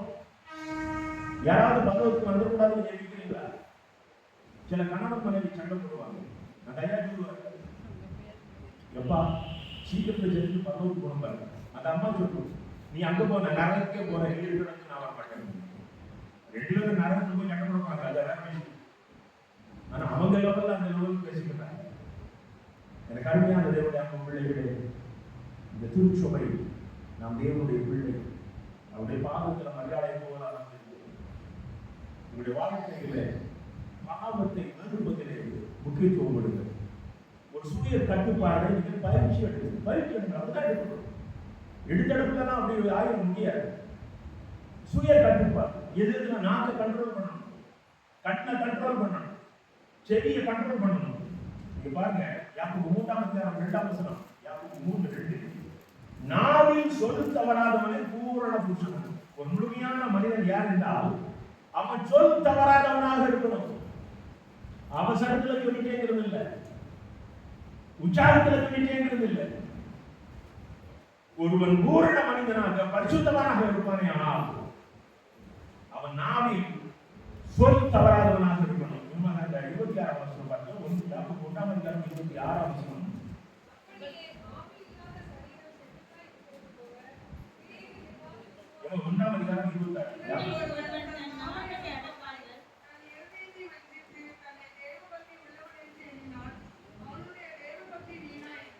ஒருவன் தன் நாவை அடக்காத மனுஷனுடைய தேவ பக்தி வீணானது. நாவை அடக்காத மனுஷனுடைய தேவ பக்தி வீணானது. டக்குனு யாரையும் பேசுறாரு, யாரையும் பார்த்தா இது ரொம்ப தப்பு பண்ணுறீங்க அப்படின்னு வாயில வந்து பேசிவிட்டாரு. நம்ம முன்னாடி போகணும் ஒரு சாப்பிட்டு காட்டுனாரு. மனம் நொங்குவாங்க, அப்படியே நொறுங்கி போவாங்க. அப்ப நீங்க ஏன் அந்த கடினமா பேசுறீங்க, என்ன நான் இதை சொல்றது தான் வந்திருக்கேன். நான் உங்க யாரையும் தனியாக கூப்பிட்டுட்டேன், தனியாக கூப்பிட்டா எல்லாத்தையும் நல்லா இருக்குன்னு சொல்லுவேன். ரொம்ப நல்லா இருக்கு அப்படின்னு அதுவும் போய் சொல்லுவேன். ஏன்னா நான் உடைய பாதையை கடந்து வந்தாலும் உங்களுக்கு உண்மையாக தான் சொல்லுவேன். நீங்க நல்லா தான் இருக்கீங்க, நீங்க நல்லா ஆவீங்க. ஆனா இந்த இடத்துல இருந்து நான் பேசும்போது ஆவியானவர் சொல்லுகிறேன் உங்களோட சொல்லி கொடுக்குறேன். சத்தியத்தை சத்தியமா சொல்லணுமா இல்லை கொஞ்சம் மேற்கூட்டியா பூசணுமா? மேற்கூட்டியா பூசணும்னா இதை கூப்பிடாதீங்க. சத்தியத்தை சத்தியமா சொல்லணும், பரலோகத்துக்கு போகணும்னு ஆசைப்படுறவங்க மீண்டும் நான் நம்ம சோதரோடு வர முடியும். எனக்கு அருமையான தேவனுடைய அருள் பிள்ளைகளே, நம்முடைய நாவை கண்ட்ரோல் பண்ணணும், நம்முடைய கண்ணை கண்ட்ரோல் பண்ணணும். அதனால தான் இயேசு கிறிஸ்து மலைப்பிரசங்கத்தில் சொன்னாரு, ஒரு ஸ்திரீயை இச்சையோடு பார்த்த எவனும் அவர் ஸ்திரீன்னு தான் சொன்னார். ஆணை சொன்னாரா? பட் ஆணுக்கு பொருள் இப்பெல்லாம் மெட்ராஸ்ல பெரிய சிட்டியில என்ன நடக்கும் அப்படின்னா, பையன் அப்ராணியா போனோட பிள்ளைகளை இச்சையோட பார்த்தவங்க. அது இப்போ அது என்ன இன்ஸ்டாகிராம் என்னெல்லாமோ கிராமம் பாவம் மிக எளிதாக எனக்கு உலகத்தில் ஊடுருவி கொண்டிருக்கு. எனக்கு அருமையான பாதிப்பு அன்பு பிள்ளைகளே, நீங்கள் வாழ நான் விரும்புகிறேன், நீங்கள் வாழுவதற்கு நான் விரும்புகிறேன். செல்போன் பயன்பாட்டை எந்த அளவுக்கு குறைக்கிறார்களோ, எந்த அளவுக்கு அதை ஒழுக்கமாக கையாள பழகுகிறார்களோ, செல்போன் எல்லாம் வாழ முடியாது. இதெல்லாம் நான் என்னுடைய பேங்க் அக்கௌண்ட் மற்ற எல்லா காரியமும் கட்டணுமா, எந்த காரியமா இருந்தாலும் நம்ம செல்போனை பண்ணிக்கிறோம். யூஸ் அதை எதற்கு பயன்படுத்த வேண்டும், ஊழியத்துக்கும் பயன்படுத்த வேண்டும். அதை நீங்கள் கண்ட்ரோலாக பயன்படுத்தினால் அது உங்களுக்கு உதவும். நீங்கள் அதை இஷ்டப்படி பயன்படுத்தினால் அது உங்களை அழியும். அநேக பிள்ளைகள், சின்ன பிள்ளைகள், 12 வயசு 13 வயசு பிள்ளைகள் இன்ஸ்டாகிராம்ல பழகுறேன், அதுல பழகுறேன் சொல்லி வீட்டுக்கு ஓடி நாசமாகி மறுபடி கொண்டு இருக்கிறார்கள். சுய கட்டுப்பாடு, பரிசுத்த பிள்ளைகள், ஆலயத்துக்குள்ள இருக்கிற பரிசுத்த பிள்ளைகள்கிட்ட சுய கட்டுப்பாடு. இந்த ரிட்டையர்டாக வீட்டில் உட்காந்துட்டு வயசானவங்க கூட செல்போன்ல தான் இப்போ நோண்டிக்கிட்டே இருக்கான். வேண்டாம், பைபிள் படிங்க. பைபிளை ஒரு முறையாவது 65 வயசு ஆகிட்ட பைபிளை ஒரு முறையாவது வாசி முடிப்பீங்களா? எனக்கு அருமையானது பிள்ளைகள் செல்ஃப் கண்ட்ரோல் கேட்கறது. அடுத்த கதையை சொன்னா இப்போ சுத்தா என்ன யாராவது யாரை குறைச்சி சொன்னா மோசம் அந்த கதையையும் பேசுங்க அப்படின்னு தான் நீங்க ரசிக்கிறீங்க. நோ, உன்னுடைய ஒவ்வொரு அசைவுகளையும் கத்தர் பார்க்கிறார். தேவையற்ற காரியங்களை கேட்பதற்கு உன் செவியை மூடிக்கொள். தேவையற்ற காட்சியை பார்ப்பதற்கு உன் கண்களை மூடிக்கொள். தேவையற்ற வார்த்தையை பேசுவதற்கு உன் வாயை மூடிக்கொள். நீ பரிசுத்தவான், பரிசுத்தவாட்டி. இதை நீ ப்ரூவ் பண்ணணும் அப்படின்னா நீ இந்தந்த காரியங்களை உன்னை வாழ்க்கையில கடைபிடிக்கணும். ஏவாள் கண்ணை கண்ட்ரோல் பண்ணல. என்ன நடந்தது? என்ன நடந்தது? தேவன் கொடுத்த அந்த அருமையான தோட்டத்துல இருந்து வெளியேற்றப்பட்டார். இன்னைக்கு நமக்கெல்லாம் வந்து நிறைய சாபம். ஏவாட்டுக்கு முன்னி லோத்தினுடைய கண்களின் பார்வை தான் அவனுக்கு அந்த சோதம் குமராவில் இருந்து அவனை ஏதோ அவன் அபிரகாமுடைய நெருங்கிய ரத்த உருவமாக இருக்கிறபடினால அபிரகாமுக்கு தயவு பண்ண எண்ணி கத்திரவனை வெளியே கொண்டு வந்தார். இல்லைன்னா அந்த சோதம் குமரா பட்டணத்தோடு அவனை அழிஞ்சிருக்கும். ஆனா அதுக்கு பிறகு அவனுடைய சந்ததி ஆசீர்வாதமா இல்லை. அவன் கண்களுக்கு நிச்சயமான அந்த லோத்து அந்த சோதம் குமராவை தெரிந்து கொண்டார். சிம்சோனின் கண்கள் ஒரு நியாயாதிபதியாக கத்தரால் தெரிந்து கொள்ளப்பட்டவன். தாயின் கற்பத்தில் இருக்கும் போதே கத்தர் தன்னுடைய தூதனை அனுப்பி அவனுடைய பெற்றோருக்கு அவனை எப்படி வளர்க்கணும்னு கற்றுக் கொடுத்தார். ஒரு ஒழுக்கத்தையும் கற்றுக்கொள்ளாது. அவனுடைய மரணம் பரிதாபமான கண்களை பாதுகாத்துக் கொள்ளும். கண்களை பாதுகாத்துக் கொள்ளும். வீட்டுல போய் சினிமா பார்க்கல. வீட்டுல போய் சினிமா பார்க்கும்போது பிரின்ஸ் முன்னால நிற்பான். எனக்கு அருமையான தேவனை அன்பு பிள்ளைகளே, பாவம் செய்யாது. தயவு செய்து வேண்டாம். நீங்கள் எல்லாரும் நாம் வாழ்கின்ற வளர்ந்து எப்படி வாழணும்? ஆண்டவருடைய கரத்தை பிடித்து கொண்டு சந்தோஷமா வாழணும். அப்படியே பரவவும் வேண்டாம். மூன்றாவதாக ஒரு பரிசுத்தவானுடைய அடையாளம், தேவனுக்கு காத்திருக்க நேரம் இல்லாமல். தேவனுக்கு காத்திருக்க நேரம் இல்லாமல். அன்னைக்கு ஒரு அருமையான ஊழியக்காரன், அவர் ஊழியெல்லாம் பண்றாரு, பிரசங்கெல்லாம் பண்றாரு. காலையிலே எழுப்பின உடனே 12 மணிக்கு வாக்கிங் போவார். பைப்பில் செல்போன் போட்டு அவர் மெசேஜ் கட்டிட்டே போவார். இவர் ஊழியக்காரர். அதில் ஆண்டவர் வசனம் இல்லை. ஃபர்ஸ்ட் ப்ரஷ் பண்ணிட்டு தயவுசெய்து ப்ரஷ் பண்ணாமல் மாட்டாங்க. என்ன ப்ரஷ் பண்ணணும், முகத்தெல்லாம் பண்ணுவோம், ஃப்ரெஷ் ஆகிடும். அதுக்கு பிறகு ஆண்டோட சரி தான். எனக்கு கடுமையான என்னோட அன்பு பிள்ளைகளே நல்லா கவனிங்க. அதிகாலை 5 மணியோ 4 மணியோ 4 மணியோ, நான் ஒரு முறை உங்களை உடச்சி வசப்பட வைக்க விரும்பல. உங்களால் 5 தான் முடியும், 5 கெடுங்க. எழுதி தேவனுடைய பாதத்திலே முதலில் 4 மணி நேரம், அரை மணி நேரம், 3/4 மணி நேரம் அந்த நேரத்தை அதிகமாக்குங்கள். கொஞ்சம் வயதானவங்க 1 மணி நேரம் உட்காருங்க. ஆண்டவருடைய பாதத்திலே காத்திருப்பதுதான் உன்னை பரிசுத்தத்துல உருவாக்கும். அதிகாலையில தேவனுடைய பாதத்துல உட்காராம நீ பரிசுத்தமா வாழ முடியாது. அதுக்கு பிறகு நீ கபடசனா தான் இருப்பா, நீ ஒரு மாய்மாலக்காரனா தான் இருப்பா. காலையில எழுந்தோட எதுக்கு பல் விளக்குற? எதுக்கு பல் விளக்குற? பல்லாண்டு இருக்கணுமா? அதுல இருக்கிற அந்த பாய்சன் நம்முடைய சலைவா மூலம் வாயில வந்து அந்த கிருமிகளை அகற்றி இனி சாப்பிடுற உணவு நமக்கு நல்லபடியா போகணும்னு சொல்லி காலையில பல் விளக்கணும். இரவுலையும் பல் விளக்க சொல்றாங்க, அதுவும் நல்லதுங்கிறாங்க. நீ காலையில உன்னுடைய சரீரத்துக்கு கொடுக்க முக்கியம். எல்லாமே காலையில வாக்கிங், ஜாக்கிங், என்னெல்லாம் சரீரத்துக்கு எக்ஸசைஸ், உட்கார்ந்துல பண்ணுங்க, மூச்சு பயிற்சி பண்ணுங்க, அந்த பயிற்சி பண்ணுங்க, அழிவு போகிற சரீரம். ஆனால் இந்த ஆவிக்குரிய காரியங்களுக்கு ஏன் முக்கியத்துவம் கொடுப்பதில்லை? இன்னைக்கு ஆலயத்தில் இருக்கிறவங்க நாளைக்கு அதிகாலையில் இந்த பயிற்சி ஆரம்பிக்கும். கர்த்தருக்கு காத்திருக்கிறவர்கள் புதுபலம் அடைந்து கழுகுகளை போல சட்டைகளை நீக்கி எழும்புவார்கள். அவர்கள் ஓடினாலும் நடந்தாலும் எனக்கு அருமையான தேவ பிள்ளைகளை தயவு கூட்டு கேட்கிறேன். காலையில எழுந்துள்ள உடனே ஆண்டுடைய பாதத்தை உட்காருங்க. அது ஒரு பனிஷ்மெண்ட் நினைக்காது. அதை உட்கார்ந்து ரொம்ப ஒரு சுலபமான வழி நான் சொல்லிட்டாங்க. உட்கார்ந்த உடனே 2 பாட்டு பாடுங்க. நல்லா அருமையான ஞாபகம் பாட்டு, அந்த பாட்டு, இந்த பாட்டு, எவ்வளவு பாட்டு நமக்கு இருந்தது. எடுத்து விடுங்க ஒரு பாட்டை, ஒரு 2 பாட்டை பாடுங்க. அதுக்கு பிறகு கொஞ்சம் வசனம் வாசிக்க. எல்லாம் முடிச்சுட்டு அதுக்கு ஆண்டோட கொஞ்சம் பேசுங்க. எவ்வளோ அப்படின்னு அலம்பியாது இல்லை. அதனால அந்த வார்த்தையை நம்ம மாற்றிடுவோம். ஆண்டோட பேசுவோம். கொஞ்ச நேரம் அன்னைக்கு பேசிட்டு, இன்னைக்கு நான் உலகத்துக்கு போகிறேன், காலேஜுக்கு போகிறேன், கடையை போகிறேன், தொழில் பண்ண போகிறேன், நீங்கள் என் கூட வாங்க. இன்னைக்கு எனக்கு வருமானத்தை ஆசீர்வதித்தாங்க. முன்னாடி யோகி வருமானம் பல மடங்கு ஆசீர்வதிக்க.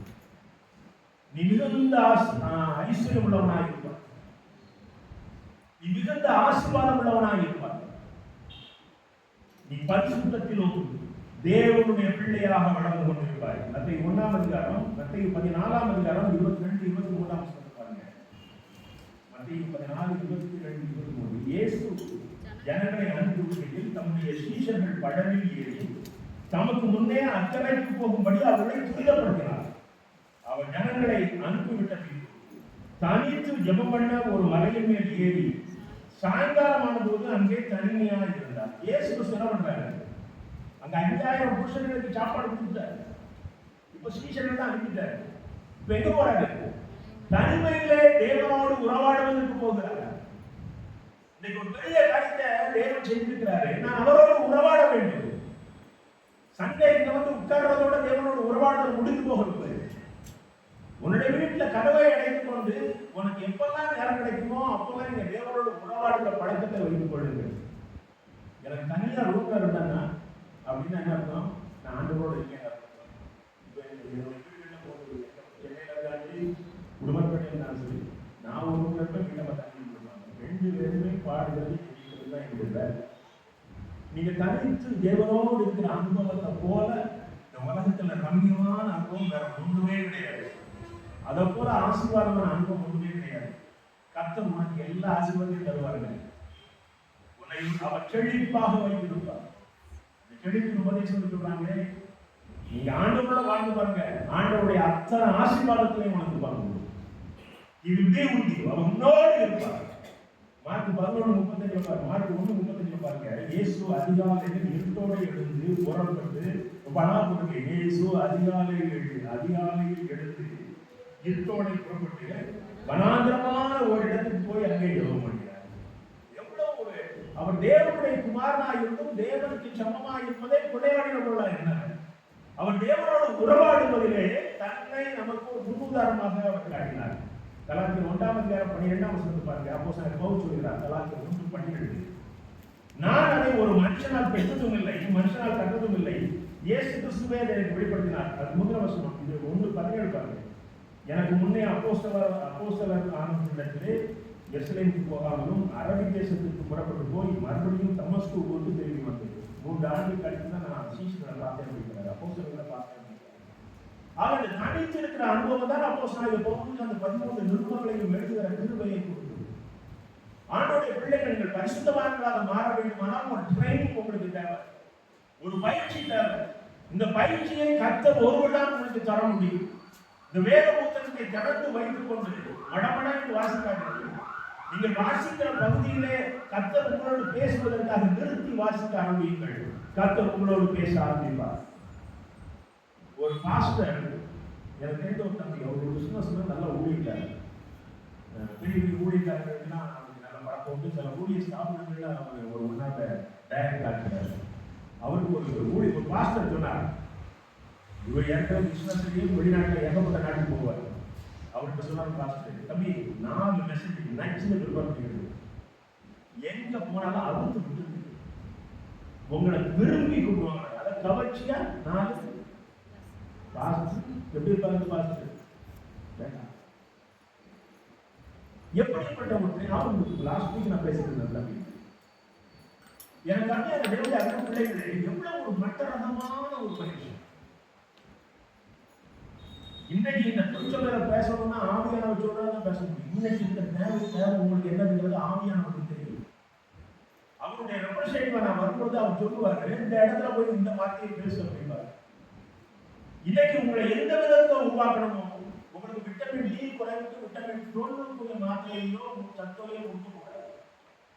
உங்களுக்கு எது குறைவோ அதுக்குரிய ட்ரீட்மெண்ட் ஆவியானவர் சரியாக கொடுப்பார். 4ஆம் பாட்டு.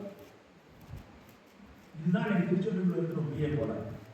நான் ஊழியம் பண்ணாலே எனக்கு ரெகக்னைஸ் பண்ணேன், அங்கீகாரம் நாடும்.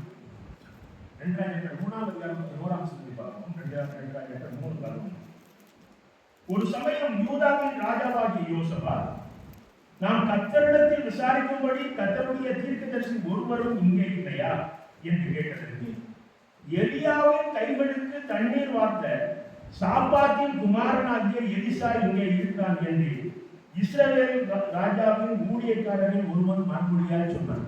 அவன் என்ன சொல்றான் பாருங்க, எலியாவுக்கு அசிஸ்டண்டா இருந்து ஊழியம் பண்ணி எலியா மேல இருந்த அபிஷேகம் 2 ஒருத்தருக்கு இறங்கி யோர்தானை பிடிச்சாரே, அவருடைய அந்த சால்வையை கிழிந்த சால்வையை யோர்தானை பிடிச்சாரே அப்படின்னு அவங்க சொன்னாங்க. எலியாவுக்கு வேலைக்காரனா இருந்தாங்க, அவர் இங்க இருக்கிறாங்க. இந்த உலகத்துல உனக்கு ரெகக்னேஷன் கிடைக்காது. உன்னை இன்ட்ரோடியூஸ் பண்ணும்போது அன்னைக்கு எப்படி எலிசாவை இன்ட்ரோடியூஸ் பண்ண புரியுதா புரியலையா? எலிசாவுடைய மகிமையை சொல்லி அந்த ராஜாவுக்கு அறிமுகப்படுத்தாமல் எலியாவுடைய வேலைக்காரன் என்று சொல்லி அவனை அறிமுகப்படுத்துகிறார்கள். இந்த உலகத்தில் அந்த கர்த்தர் அனுமதிப்பார். உனக்கு ரெகக்னேஷன், என்ன அக்செப்ட் பண்ணணும், எனக்கு அங்கீகாரம் வேணும். திருச்சபையில அந்த பொறுப்புல இருக்கிற எனக்கு அங்கீகாரம் வேணும். தயவு செய்து எதிர்பார்க்காதீங்க. உங்களுக்கு இந்த உலகத்துல அவார்டு கிடைச்சா பரலோகத்துல உங்களுக்கு மார்க் நெகட்டிவ். இந்த உலகத்துல உங்களுக்கு மார்க் நெகட்டிவ் ஆனா பரலோகத்துல உங்களுக்கு பிளஸ். இந்த சத்தியத்தை கற்றுக்கொள்ளுங்கள். இந்த உலகத்துல நீ நிந்திக்கப்பட்டால் பரலோகத்துல உனக்கு ஆசீர்வாதம். இந்த உலகத்துல உனக்கு அங்கீகாரம் கிடைக்கவில்லை என்று சொன்னால் நீ உண்மையாக செஞ்ச வேலைக்கு பரலோகத்துல அங்கீகாரம். இந்த உலகத்தில் நீ எது எதை இழக்கிறாயோ அது அத்தனையும் உனக்கு பரலோக பொக்கிஷத்திலே சேர்த்து வைக்கப்படும். என் அன்பு மகனே, அதை சின்ன வயதிலேயே கற்றுக்கொள்ளுங்கள். உங்களுக்கு அங்கீகாரம் கிடைக்கணும்னா சந்தோஷப்படுங்க. போகும்போது சந்தோஷம் இருக்கும். ஆண்டவரே போடாத ஒரு சந்தோஷம், நீர் என்னை பரலோகத்தில் அங்கீகரித்தபடி நான் நன்றி சொன்னோம். நம்ம நிறைய நேரத்தில் என்ன நினைக்கிறோம்னா, நான் செஞ்ச காரியத்தை ஒருத்தர் கூட அப்ரிஷியேட் பண்ணல, அவங்கள அப்ரிஷியேட் பண்ணாங்க, என்ன அப்ரிஷியேட் பண்றேன். உங்களை அப்ரிஷியேட் பண்ணாதான் உங்களுக்கு ஆசீர்வாதம். என் சகோதரன் உன்னை அப்ரிஷியேட் பண்ணாதுதான் உனக்கு ஆசீர்வாதம். இந்த உலகத்துல உன்னை எல்லாத்துக்கும் அங்கீகாரம் பண்ணிவிட்டால் நீ செய்த அந்த காரியத்துக்கு உனக்கு உன்னுடைய முதிர்வரை உனக்கு அந்த கடைசி நாட்களுக்கு பலன் கிடையாது. 2ஆம் அதிகாரம் 6ஆம் 7ஆம் வசனங்களை பாருங்கள். அதை நம்ம பார்க்கிறோம். ஆண்டவராகிய இயேசு கிறிஸ்து தேவனுக்கு ரூபமாக தேவனுடைய சாயலாயிருந்தும் தேவனுக்கு சமமாக இருப்பதை கொள்ளையாடின பொருளாக எண்ணாமல் தம்மை தாமே வெறுமையாக்கி அடிமையை ரூபம் எடுத்தார். அவர் நமக்கு ரோல் மாடல் கொடுத்திருக்கிறார். அசிஷன்லாம் வந்து என்ன கூப்பிட்டுக்கிட்டே இல்லைங்க, என் கைகட்டி இல்லைங்க அப்படிலாம் சொல்ல. அவர்களோட ஒருவராக அவர் சகோதரர் என்று சொல்லப்படுவது சொல்றாரு. இன்னொரு இடத்துல சொன்னாரு சிநேகிதர். அவர்களை சிநேகிதர் என்று சொல்வதற்கு அவர் வெட்கப்படவில்லை. இவ்வளவு பெரிய கிருபை, ஒரு கடவுள் நம்ம சிநேகிதன் சொல்றது. இன்னைக்கு நம்ம பார்த்து இயேசு கிறிஸ்து அப்படித்தான் சொல்றாங்க. இவ்வளவு பெரிய ஆசீர்வாதத்தை பெற்றிருக்கிற நான் எனக்கு ஒரு அங்கீகாரம் வேண்டும் என்று நினைக்க ஆரம்பித்தார். ஏன் அதோட ஜோடி முடியுது. அதுக்கு பிறகு நான் பைபிளை தூக்கிட்டு அனைவரும் எந்த பிரயோஜனமும் கிடையாது. எனக்கு அருமையான தேவனுடைய பிள்ளைகள் அங்கீகாரம் நாடார்கள் 1:4 பாருங்கள். 1:4 தூஷிக்கப்பட்டு வேண்டிப்படுகிறேன். இந்நாள் வரைக்கும் உலகத்தின் குப்பையை போலவும் எல்லாரும் துடைத்து போடுகிற அழுக்கை போலவும் எவ்வளவு தாழ்வு பாருங்க. ஒரு பெரிய ஞானி சொல்ற வார்த்தை, நான் இந்த உலகத்துல குப்பை மாதிரி இருக்கிறேன், அடுத்த சொல்றாரு துடைச்சி போடுற அழுக்கு. ஆண்டவர் உங்களுக்கு ஒரு ரோல் இருக்கு, சர்ச்சுக்கு ஒரு ரோல் கொடுத்துருக்காரு, எல்லாருக்கும் ஒரு ரோல் இருக்குது. கமிட்டியில சொன்னது மாத்திரம் கிடையாது, எல்லாத்துக்கும் ரோல் இருக்குது. நீங்க வெளியிட்டா ஆண்டவர்களோட கூட்டு வரணும், வாசல் இருந்து வரணும், வந்தவங்கள வாங்கன்னு கூப்பிடணும். போதகர் ஏதாவது ஒரு உதவி தேவைன்னா முன்னாடி போய் செய்யணும். ஆலயத்தில் எங்கேயாவது தூக்கி போடணும், உடையணும், ஆலயத்தில் எங்கேயாவது நல்லது செய்யணும், உதவி செய்யணும், ஆலயத்தை கிளீன் பண்ணணுமா, ஏதாவது ஒரு காரியங்கள் எல்லாத்துக்குமே ரோல். இது நம்முடைய வீடுங்க, தேவனுடைய ஆலயம் என்பது நம்முடைய வீடு. இந்த உணர்வு வந்து நீங்க எல்லாமே செய்வீங்க. அவங்க எல்லாமே இருக்காங்க, அவங்ககிட்ட சொன்னாங்க, இவங்ககிட்ட சொன்னாங்க, எனக்கு ஏதோ சொல்லிட்டாங்க, நான் பேசுறது தப்பா எடுக்கிறாங்க, நான் யாருக்கிட்ட பேசவே மாட்டேன். எனக்கு அவர்களுடைய பிள்ளைகளை அங்கீகாரம் நாடி இந்த ஆலயத்துக்குள்ள நீங்க ஊழியம் செய்யக்கூடாதீர்கள். அப்படியே உங்களுக்கு அங்கீகாரம் கிடைத்தாலும் நீ செய்திருக்கக்கூடிய பலன் பிரபலத்தில் கிடையாது. யோவான் 6:15 பாருங்க. யோவான் 6:15 ஆதலால் அவர்கள் வந்து தம்மை ராஜாவாக்கும்படி துடித்துக் கொண்டு போக மனதாய் இருக்கிறார்கள் என்று இயேசு அறிந்து மறுபடியும் விலகி தனியே மறையுங்கள் என்றார். இயேசு கிறிஸ்துவ ராஜா ஆக்கணும்னு ரொம்ப ஓடும். சாப்பாடு கொடுத்தாங்க, ஒரு ராஜா பெண்மண்ட சாப்பாடு கிடைக்கும். ஆண்டவருக்கு இடம் கொடுங்க. ஆண்டவரே ரெஜிஸ்ட்ரேஷன் தேடல் நமக்கு இது முன்னுதாரணமாக வைத்திருக்கிறார். கடைசியாக நம்ம காட்சி நகைச்சுவை கொடுக்கிறேன். தலைவா மகிமையை நாடுகிறார். லீடர்ஷிப், எனக்கு ஒரு லீடர்ஷிப் வேணும். எனக்குலாம் லீடர்ஷிப் தான் நான் நல்லா செய்வேன். 22:24 வாசிக்க வேண்டாம். இயேசுடைய சீஷர் ஒரு உள்ள பேசுகிறார். பரலோக ராஜ்யத்துல எவன் பெரியவனா இருப்பான் அப்படிங்கிறார். நான் 26 வாசிக்கிறேன். உங்களுக்குள்ளே அப்படி இருக்கலாக உங்களில் பெரியவன் சிறியவனை போலவும் தலைவன் பணிவிடைக்காரனை போலவும் வேலைக்காரனை போலவும் இருக்கணும். பந்தியில் இருக்கிறவனோ பணிவிடை செய்கிறவனோ எவன் பெரியவன்? பந்தியில் இருக்கிறவன் அல்லவா? அப்படி இருக்கும் நான் உங்கள் நடுவிலே பணிவிடைக்காரனை போல. எவ்வளவு அருமையான இயேசுவாரு. சாப்பிட உட்கார்ந்தவங்க என் பெரியாரு, டைனிங் டேபிள் உட்கார்ந்தா பெரியாரு, சர்வ் பண்றவங்க வேலைக்காரன். அதை நான் வேலைக்காரனா தான் இருக்கிறேன். நீங்க ஏன் பெரிய ஆளாக நினைக்கிறீங்க? நீங்க உதவியாளராகவே இருக்க விரும்புங்க. எனக்கு ஒரு லீடர்ஷிப் இல்லை அப்படின்னு நினைக்கிறாங்க. உலகப்பிரகாரமாக ஒரு அரசியல் தலைவர் சொல்றான், இது பதவி அல்ல, இது பணி அப்படிங்கிறோம். நம்ம ஆண்டோடைய பிள்ளைகள் எப்படிப்பட்ட சிந்தனையோட போகும். நம்ம ஏதாவது உதவி செய்யணும். சர்ச்சுக்குள்ள இருக்கும்போது ஏதாவது உதவி செய்யணும். நீங்க மாறி பாருங்க, உங்க திருச்சபை பெருசாயிடும். உங்க திருச்சபைக்கு இன்னும் அநேக ஜனங்கள் வருவார்கள். உங்க திருச்சபையில் அநேக அற்புதங்களும் அடையாளங்களும் நடக்க ஆரம்பித்து விட்டார். உங்களுடைய திருச்சபை தான் இந்த பட்டணத்தில் இருக்க மிக பரிசுத்தமான மிக அநேக ஆத்மாக்களை உள்ளடக்கிய திருச்சபைகளாக மாறும். 2 பேர் 3 பேர் சேர்ந்து அடிக்கடி வந்து ஜெபிக்க ஆரம்பிங்கள். திருச்சபையில் எழுப்புவதற்காக ஜெபிங்கள். அதுதான் எருசலேமுக்காக ஜெபிப்பது. எருசலேம் யுத்தம் நடந்துட்டு அந்த எருசலேமுக்காக ஜெபிங்கள். அதை பற்றி நிறைய பேர் பேசுறாங்க. அந்த எருசலேம் நடக்குது, எருசலேம் நடக்குது. அதெல்லாம் ஹிஸ்டரியை பற்றி பார்த்தீங்கன்னா கடைசியில் ஹமாஸ் செஞ்ச தப்பா, எருசலேம் செஞ்ச தப்பா, ஈரான் செஞ்ச தப்பான்னு இதை தான் பின்பற்றிருக்கணும். முதல்ல எருசலேம் மாதிரி உங்களுடைய தன் திருச்சபைக்காக கண்ணி விட்டு இந்த எருசலேமுக்கு ஜெபிக்காம அந்த எருசலேம் கொண்டாந்து ஜெபிக்க முடியாது. பிரார்த்தனை பண்ணாங்க. இந்த எருசலேம் இந்த திருச்சபை, இந்த திருச்சபையில கர்த்தர் உன்னை அடையாளமாக வைத்திருக்கிறார். நீ தேவ மனுஷன், நீ பரிசுத்தவான், பரிசுத்தவாட்டி. இந்த திருச்சபையில் இருக்க எல்லாரும் உன்னை போல பரிசுத்தவான், பரிசுத்தவாட்டியாக வேண்டும் என்பதற்காக கண்ணீர் விட்டு கதறி கேள்வி. உன் பிள்ளை கெட்டு சீரழிந்தால் எந்த அளவுக்கு கண்ணீர் விடுவாயோ அதே போல இந்த திருச்சபையில கெட்டு சீரழிந்து இருக்கிறவர்கள் மனம் திரும்பணும், பரிசுத்தமாகணும் என்பதற்காக ஏக்கத்தோடு கண்ணீர் விட்டு ஜெபிக்க ஆரம்பி. உண்மையான பிள்ளையாக இருப்பாயானால், உண்மையான பரிசுத்தமானாக இருப்பாயானால் உனக்கு ஆட்டோமேட்டிக்கா கண்ணீர் வரும். இந்த சபைக்கு ஜெபிக்க ஆரம்பிச்சா உனக்கு ஒரு கண்ணீர் வரும். என் சபை பரலோகத்துக்கு கொண்டு போகிற வாசல்.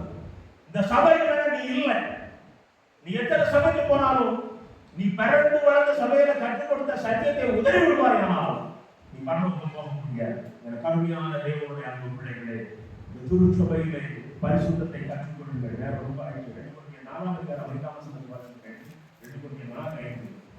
நாங்கள் எங்களையே பிரசங்கியாமல் கிறிஸ்து இயேசுவை கர்த்தர் என்றும் எங்களையோ இயேசு நிமித்தம் உங்கள் வேலைக்காரர் என்று பிரசங்கிக்கிறோம். ஊழியக்காரன் வேலைக்காரன்.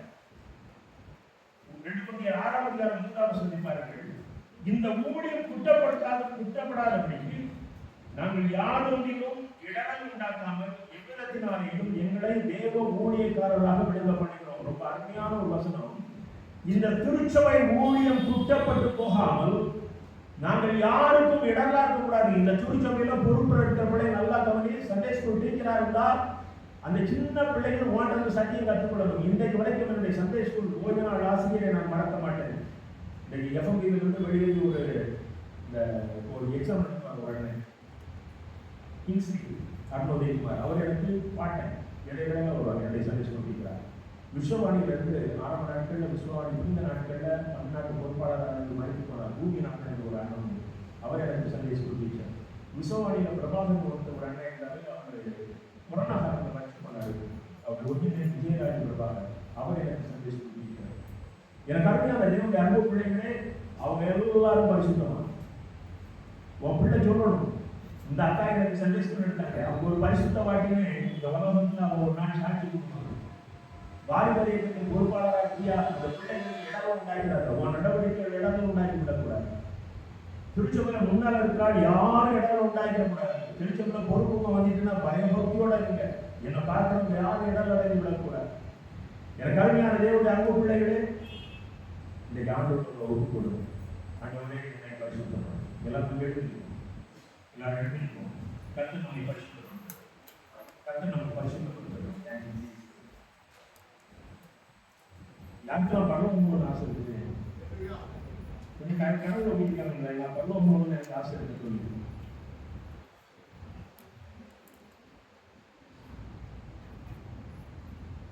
தேவா உம்மை போல் மாற்றுமே என்னையே பலியாய் தந்தேனே.